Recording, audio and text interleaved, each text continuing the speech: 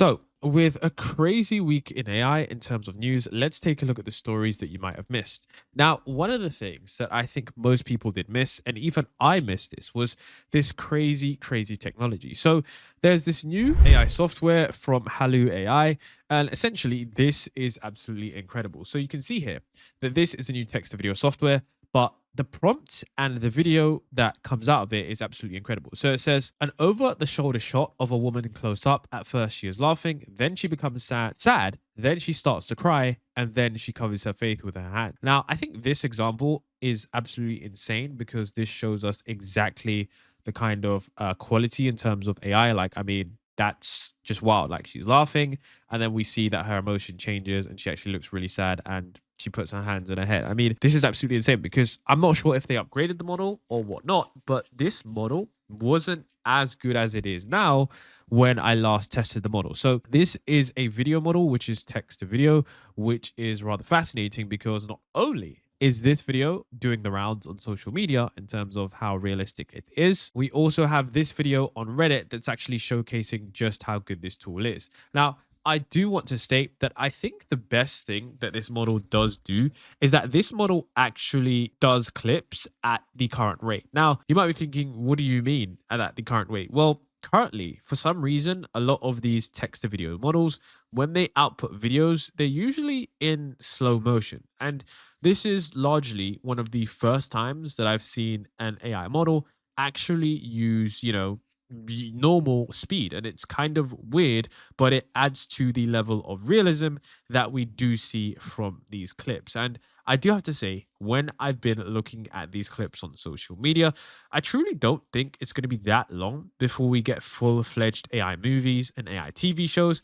And whilst, yes, that might not mean entire industries are going to collapse, I do think that it's going to mean that, if you're someone who's an aspiring creator, filmmaker, maybe you've always wanted to make your own TV show, but you've had a limited budget, I'm sure something like this is going to be something that can help you flesh out an idea or even validate the proof of concept. So this is going to be something that's really cool. And I do know as well that I'm thinking of the back end of this. And I do think, like many TV shows where they ended on a strange season or other things like that, people might just be even picking up these TV shows in their own way. I mean, it's going to be a really fascinating future.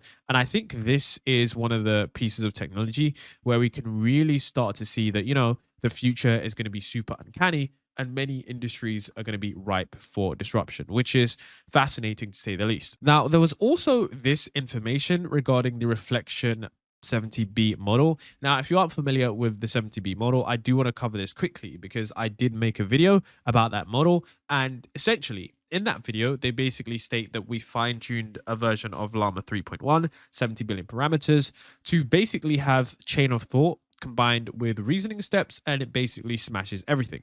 Now, there's information on the internet that kind of suggests that Reflection, the API, is just a Sonnet 3.5 wrapper with a simple prompt, and they are currently disguising it by filtering out the string Claude. So essentially, you can see here that when this individual says write the word Claude, use plain text, no tags, you can see that when it says to write the word Claude disappears. Now, there's been a lot of criticism surrounding this model because many people haven't been able to replicate the benchmark results, and this has been so. Now, there was some recent information regarding this, and of course, like I said before, there were many different tweets that have been pretty much debunking the Reflection 70 billion parameters. And recently you can see Matt Schumer has come out here and said, I got ahead of myself when I announced this project and I am sorry. That was not my intention. I made a decision to ship this new approach based on the information that we had at the moment. I know many of you are excited about the potential for this and are now skeptical.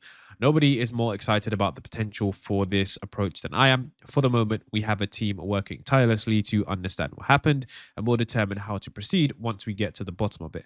Once we have all the facts, we will continue to be transparent with the community about what happened and the next steps. I'm mostly not trying to jump to conclusions here, but there's a lot of speculation going on the internet about whether Matt was just trying to, hype up his investment in Glaive AI because he actually built the entire thing and hosted it with Glaive. So some people were saying that, he's got like a personal investment in that area. So it was basically just good PR for him. And I mean, when you think about it, it did get a lot of attention. Currently, it seems like the post is deleted, but it did actually have over 9 million views. So currently, I'm just going to await more details until we know the facts. But I got to be honest, it doesn't look completely good if you're, saying all of these benchmarks, you come out with them, and then everyone tests them, and then they can't manage to repeat the results. And then it was undisclosed that you're an investor in that platform. It is a little bit shady, but I'm not, writing completely off Matt Schumer.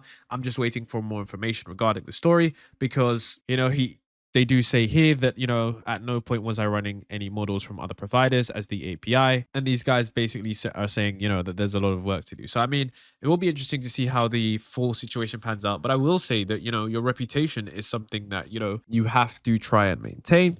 And if this is something that turns out to be completely false, unfortunately, the reputation is going to be quite damaged considering the fact that these were big claims and everyone was truly excited for this kind of announcement. Now, in probably the biggest news of the video, and trust me, there's a lot, we actually have news that OpenAI Strawberry is actually going to be coming within the next 2 weeks. So this is actually rather surprising considering the fact that OpenAI has been delaying release after release, product after product, and pretty much keeping everything behind a waitlist besides GPT-4o, which even that model, people still don't have access to the advanced voice mode. So you can see here that it says Strawberry's, OpenAI's reasoning focused AI is coming sooner than we thought.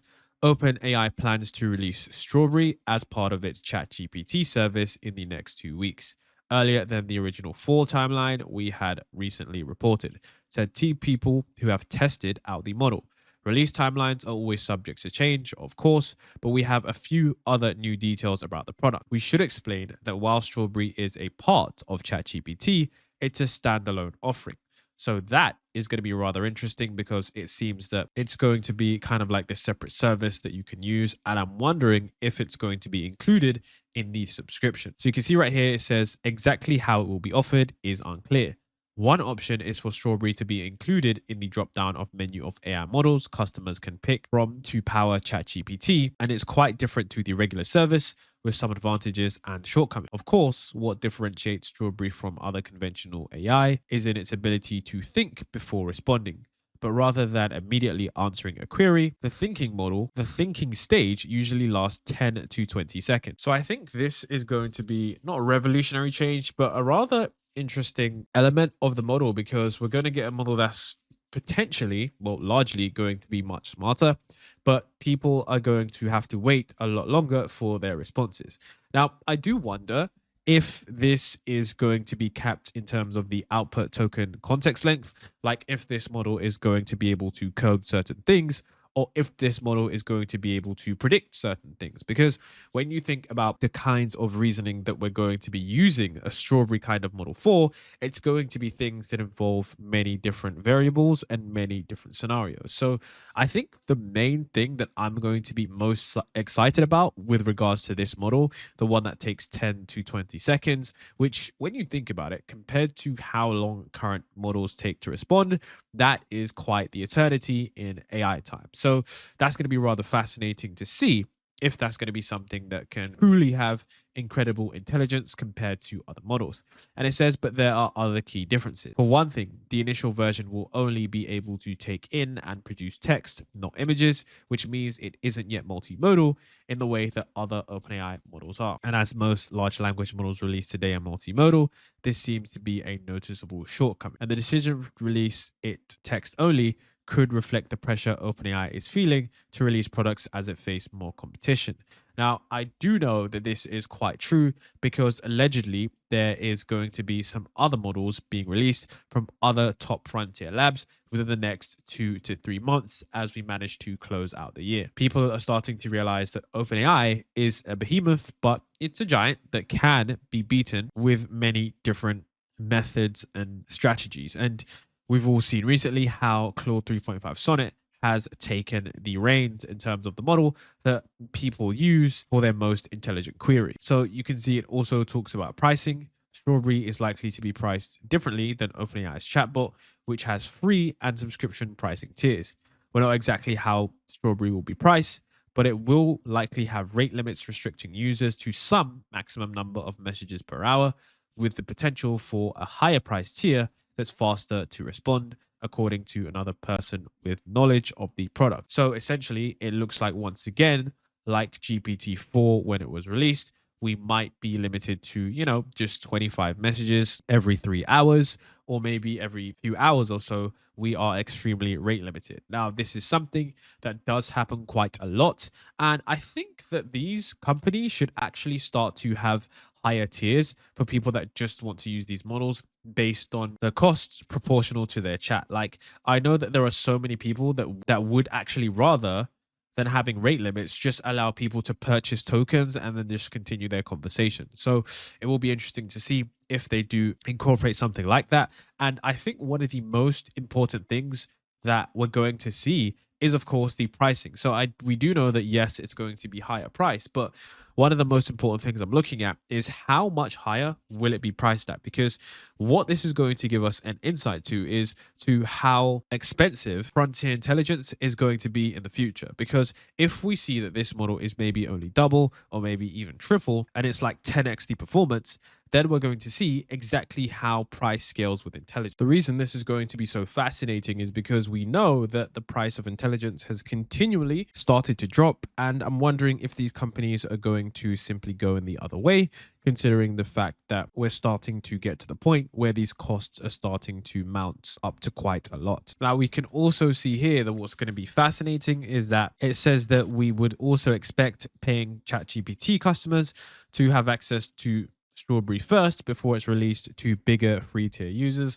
I would expect the free tier users to get this model probably 2 years later, like they did with the other models, but that's something that isn't really the main focus. But what we can also see is that Strawberry is also expected to be easier to use than GPT-4o for complex or multi-step queries. Currently, customers have to type all kinds of additional words into ChatGPT to get the answer that they want, such as telling the chatbot to walk through its intermediate reasoning steps to arrive at its final answer, otherwise known as chain of thought prompting. And Strawberry's capabilities are supposed to help customers avoid doing that or other hacks to achieve smarter results. So basically, what we have here is the model which is going to have an internal chain of thought or an internal reasoning steps. And I think this is rather useful because many times what you have to do with these models is you have to iterate again and again and again in order to get your final output. And this is something that not only is time consuming, it's sometimes quite difficult because there are steps that you miss and you might not get the best in terms of the intelligence, what is, truly possible out of that specific model. So it's quite intriguing to see how OpenAI's internal workings are going to be. And that's something that I'm actually going to be talking about in the next part of this video, because there was a research paper that actually shows some of these details. So it says that this means that Strawberry will not only be better at math problems and coding, but also at more subjective business tasks like brainstorming, product marketing strategies. And as we previously reported, this model will provide suggestions that are more specific to a user's company and more detailed, like generating a week by week execution plan. Now, what could be a major red flag in terms of a warning for OpenAI is that some people who've used Strawberry, the prototype, have complained that it is slightly better responses compared to OpenAI's currently released GPT-4o aren't worth the extra 10 to 20 seconds of waiting, the person said. So I do think that whilst, yes, when we start, currently there's going to be 10 to 20 seconds. Over time, that is likely to go down. But I am wondering the fact that there are 10 to 20 seconds, if that is going to remove the actual usefulness of this model. Because you have to understand the average user doesn't want to wait 10 to 20 seconds for anything to load.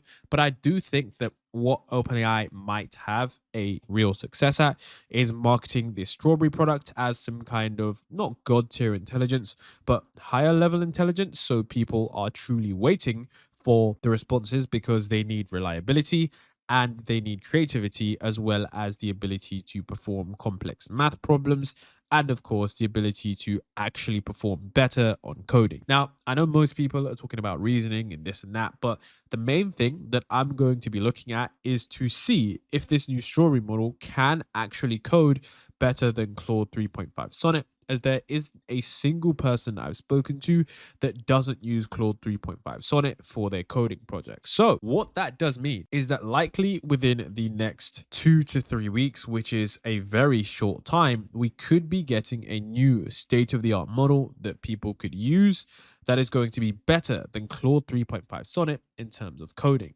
And I'm truly starting to wonder, what are people going to be able to build if this model is marginally better or even largely better than Claude 3.5 Sonnet? Because there are so many people that are now building software and applications with these platforms that they didn't have access to before. So then we also had research published by Google DeepMind, and apparently this reveals OpenAI's Strawberry's approach. So basically, it searches at inference time, which allows it to reason better.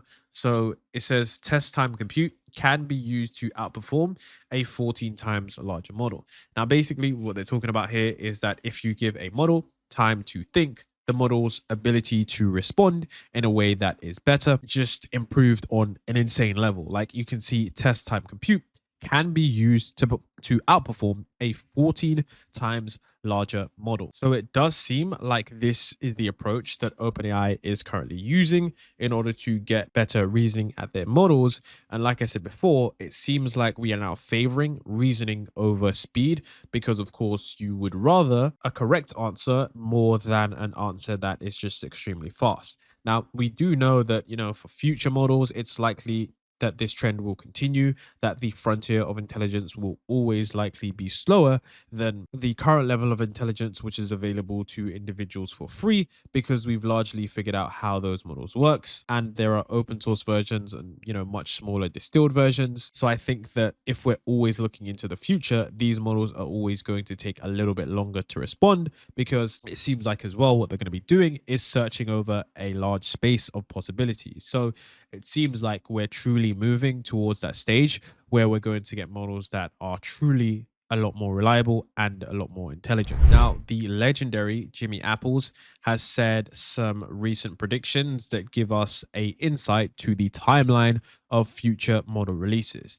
Apparently, we should have a 4 times model, maybe still called 4.5, which is of course the upgrade from GPT-4, apparently in October, which would mean that we get this model next month. And of course, the big boy, which is GPT-5, could be as early as December. Now, I do find this fascinating that if we get a model like GPT 4.5 just around the corner, and then after that, we then get GPT-5 in Q1, that would mark an insane 3 to 4 months, which is why you probably should be prepared for this time, because this prediction of GPT-5 in around Q1 to Q2 of 2025 is actually quite accurate. You might be thinking, what makes you say that?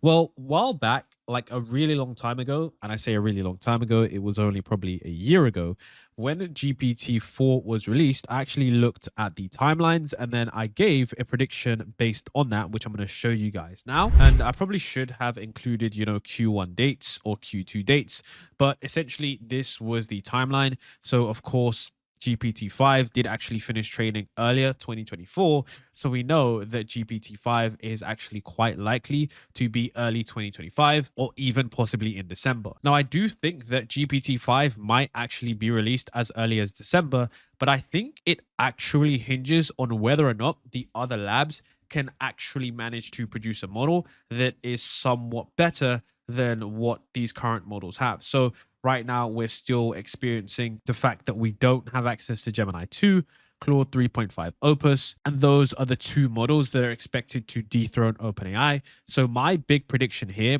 is that we're going to get a 4.5 model, maybe it's Strawberry, whatever you call it. That model is going to be largely leaps and bounds over what is currently available.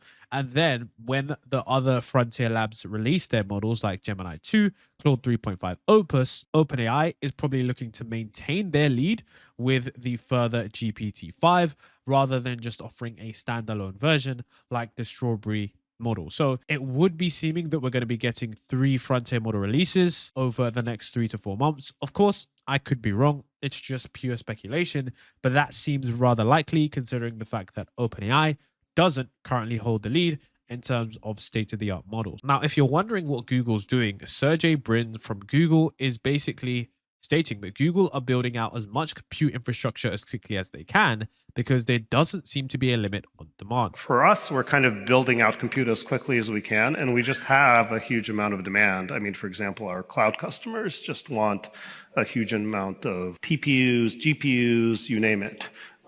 We just can't, we have to turn down customers because we just don't have the compute available.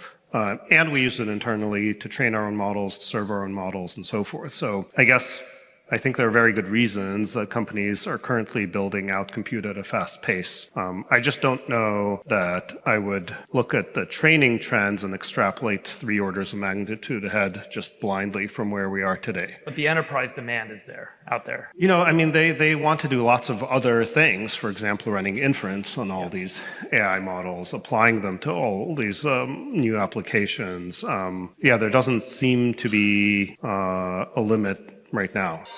And I think the fact that in this interview, him saying the fact that they literally have to turn down their customers just goes to show how much demand there is for AI services and cloud computing. So a lot of these companies that have cloud computing services are going to be experiencing a really rapid rise in value because if Google, who actually has a load of compute, are saying that they have to turn down customers, I can't imagine how some of these other companies are going to be picking up the slack. Well, it's time to change. Now, I think one of the largest stories that most people did miss is, of course, the Replit agent, which is largely one of the biggest stories that I think is going to change fundamentally the online space in terms of who can build what, because basically what this allows you to do is this actually allows you to start building instantly rather than, doing all the intermediate steps where you have to do a little bit of coding, at least copy and pasting the coding, then the deploying. But this literally just does it from start to finish. So I think that this Replit agent is truly 100% a complete game changer. And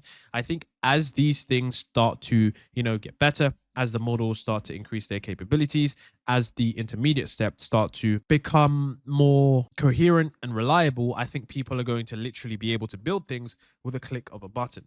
So here's a quick demo of the Replit agent in action. You can see right here that, absolutely, let me propose what we'll build. It goes through certain steps. And then after that, you can see that literally in 2 minutes, you have an entire website here. So this is why I say certain industries are completely ripe for disruption in terms of web design, in terms of certain coders. Of course, you're going to need, software developers to maintain this stuff. But I do believe that this industry is probably ripe for disruption more than any other industry currently, because it seems like this one, every single month or every, at least 2 weeks, we're getting increases in terms of these models' capabilities. For example, there was also Ship Fast with Honeycomb. So Honeycomb is building AI agents for software engineers. And I didn't even want to make a video about this because I feel like I'm just so, not like, saying the same thing again and again, but like every literal month, I see another state-of-the-art software agent that is just better than the previous one in terms of planning, in terms of coding, in terms of being able to, complete these software engineering tasks. And whilst, yes, some individuals may state that this is no better than a junior software engineer, you have to, start to realize that, how is that not affecting the industry if, these entry-level jobs are getting taken with models that haven't even improved substantially? And when I state that, I mean, yes, models have gotten better over the last 2 years, but the models have all sort of converged around GPT-4 level. And the thing is that now we actually have frameworks that are built around these models that continue to get better. So it's not like we went on a huge another training run, they deployed a new model, and that is what we're waiting for in terms of the indication to see an increase in terms of AI model responses.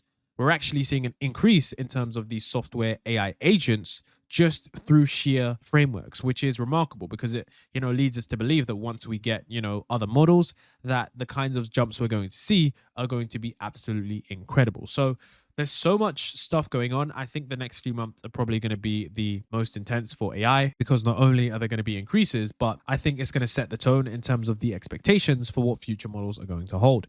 If you enjoyed the video, don't forget to leave a like, subscribe, all that good stuff, and I will see you in the next one.